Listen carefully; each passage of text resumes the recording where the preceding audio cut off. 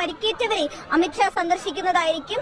ഇപ്പോൾ അല്പസമയം മുൻപ് ആണ് എത്തിയിരിക്കുന്നത്. നേരത്തെ പറയുകയുണ്ട് 13 പേരുടെ മരണം ഇപ്പോൾ സ്ഥിരീകരിച്ചിട്ടുണ്ട്.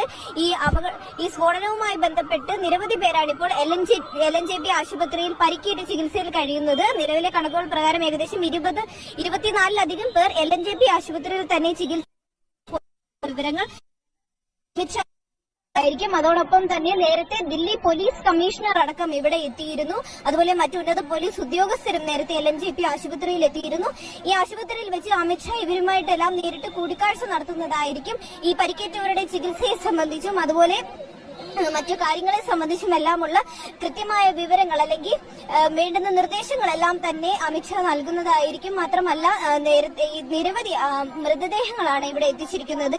അതിൽ 13 പേരുടെ മരണം പോലും നേരത്തെ ഡ്രൈവർ പല മൃതദേഹങ്ങളും മൃതദേഹ ഭാഗങ്ങൾ മാത്രമാണ്. അവയൊന്നും ഇതുവരെ അക്കൗണ്ട് ചെയ്തിട്ടില്ല, ഈ മൃതദേഹങ്ങളായി രേഖപ്പെടുത്തിയിട്ടില്ല. അതുകൊണ്ട് തന്നെ ഈ മരണസംഖ്യ ഉയരാൻ ഉള്ളൊരു സാധ്യതയുണ്ടെന്നുള്ളൊരു ഇതും മുന്നിൽ നിൽക്കുന്നുണ്ട്.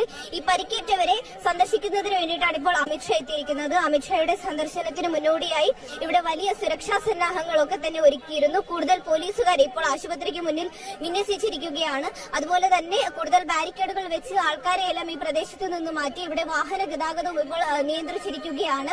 അമിത്ഷാ ഇവിടെ എത്തിയിട്ടുണ്ട്. പോലീസ് കമ്മീഷണർ അടക്കം അകത്തുണ്ട്. ഇവരുമായി കൂടിക്കാഴ്ച നടത്തുന്നതായിരിക്കും. പരിക്കേറ്റവരെ കണ്ട് എന്താണ് അവിടെ സംഭവിച്ചത് എന്നതിലടക്കം ഒരു കൂടുതൽ വിവരങ്ങൾ തേടുമെന്നാണ് ഇപ്പോൾ അറിയാൻ കഴിഞ്ഞിരിക്കുന്നത്. നിലവിൽ ഈ പരിക്കേറ്റവർ ഏകദേശം 24 പേർ പരിക്കേറ്റ് LNJP ആശുപത്രിയിൽ ഉണ്ടെന്നാണ് അറിയാൻ കഴിയുന്നത്.